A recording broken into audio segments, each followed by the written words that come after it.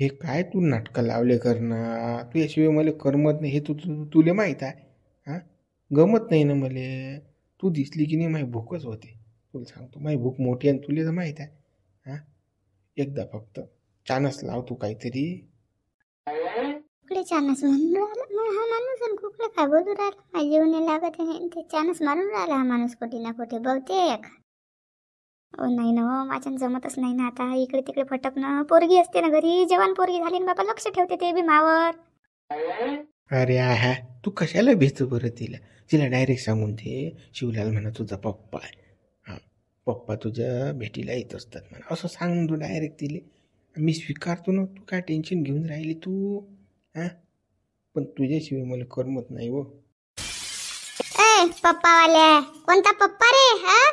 करमत नाही तुला आहे की नाही. करमत नाही. Hello hello hello. नाही बा नाही कोणता पप्पा नाही कोणतं काही नाही. अरे मजाक चालू होती ना मजाक होती ना. पकडला वाटते शिवलालच्या बायकोचा आवाज आहे हा. कोणती मजाक रे कोणती मजाक. पप्पा पप्पा करून राहिला फोनवर ऐकूनच राहिली मी अर्धा घंटा झाले. पाहूनच राहिली मजा तुई. मस्त चालू आहे गुलू गुलू तिकडे. ये ना मग भेटायले आणि मी येतो ना मग तुले भेटायले आणि माझ्या मन नाही लागत. काय काय ढंगडे काय लावले तू ना. काय लावले ढंगडे हे. अरे बापा काय बापा हे इथल्या का. अहो आमचं नातच वेगळं आहे. ते माझ्या आत्या बहीण आहे ना वा. तिच्या बरोबर बोलून आले तुम्ही. मजाक होती ना हे. तू कशी आज व मजा काही समजत नाही बापा. हो मजाक होती मजाक. मला का माहित नाही काय कोणत्या कोणत्या आत्या बहिणी आहेत तू यात. खोटं बोलतं का माझ्यासोबत. मला सगळं माहित पडते बरं.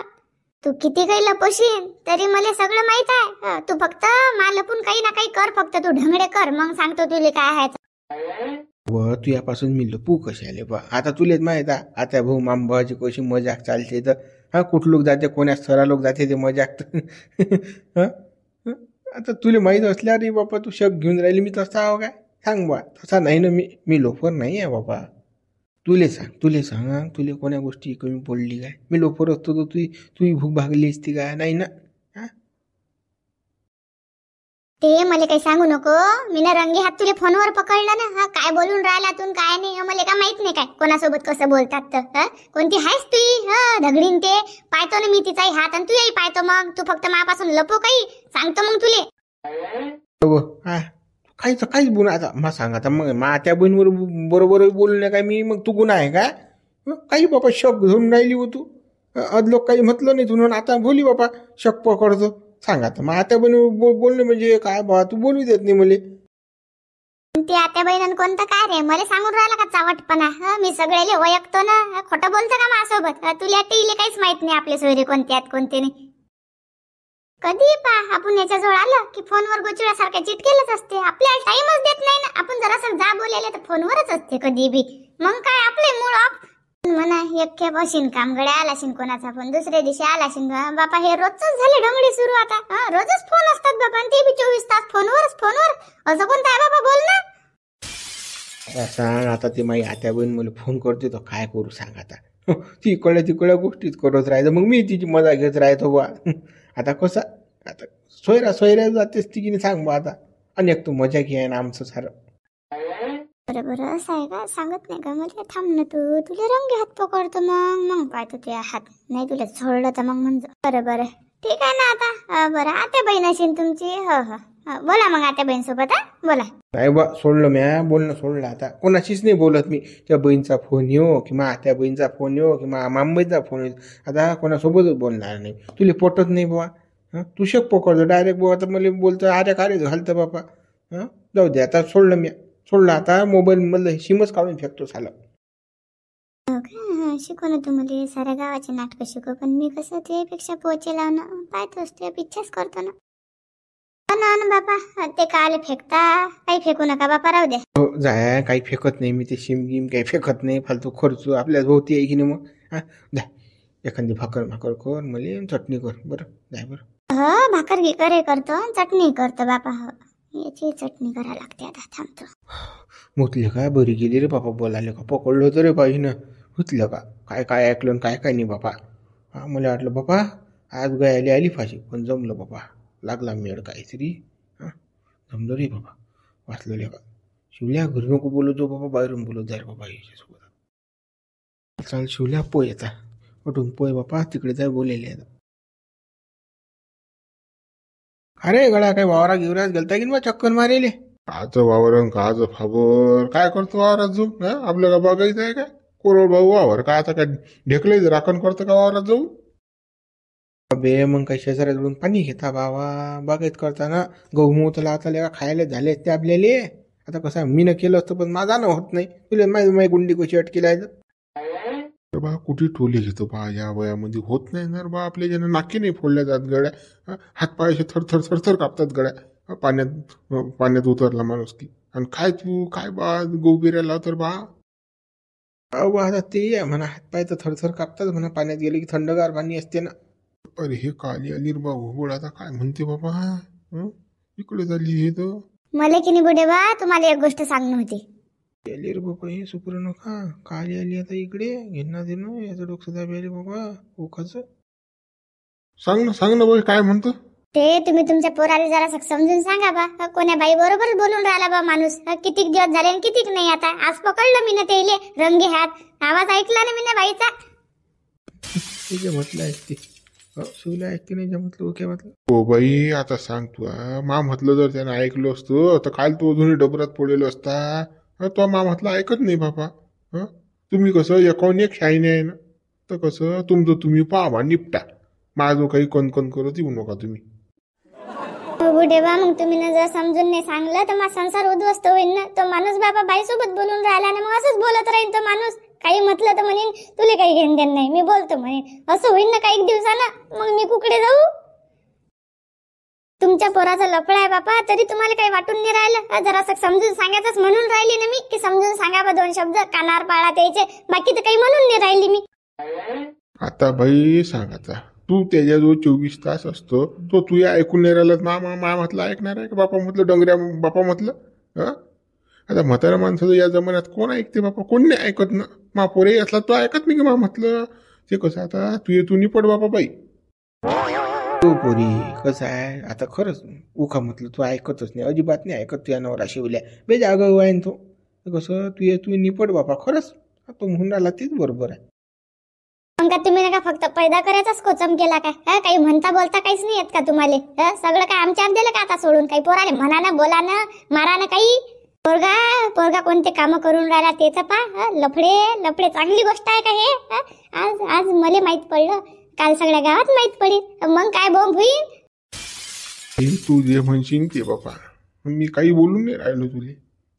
कशी तुम्ही कसं सारे शिल्ल का एकावून एक शाही नाही बाई तू मला बोलूच नका आता तू पाय काय आहे तुझ्या नवऱ्याचं तिकडे लफडं चालू झालं मा पोराचं माझं आली सांगायला टंग कर मला तू भाकर नाही खाऊ झालं तर मी कोणाला सांगावं मग साऱ्या गावात पोस्टर लावू की दोंडी देऊ सांग ना.